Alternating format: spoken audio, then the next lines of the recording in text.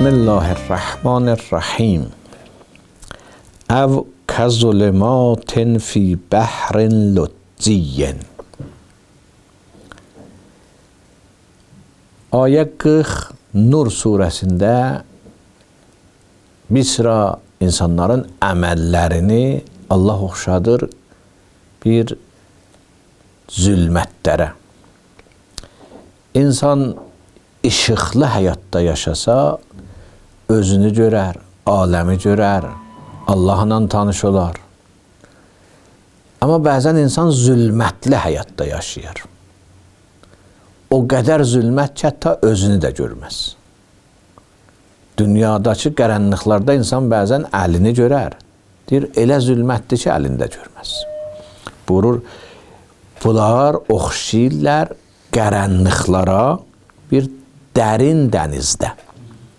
Dərin dənizdə bir neçə metr dərinlikdən sonra da qaranlıqdır.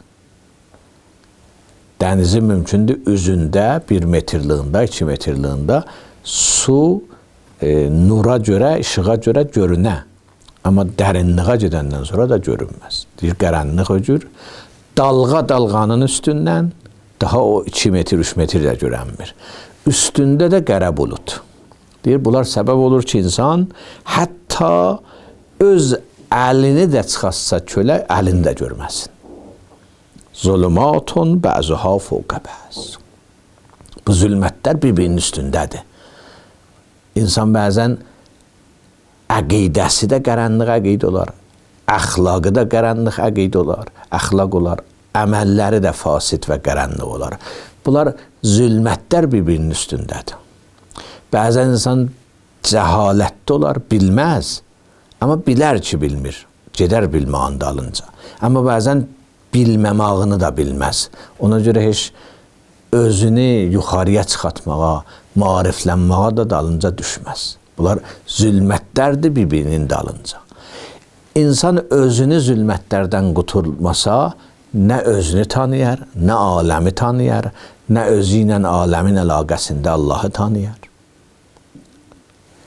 Bu zülmətlər günahdır, inadkarlıqdır, insan əqidə, nadürüst əqidələri tutmaqdır, mənfi dəyərlərlə yaşamaqdır.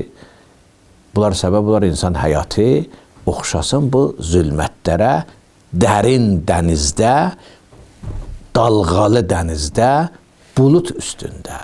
Esselamu aleykum və rəhmətullah və bərəkət.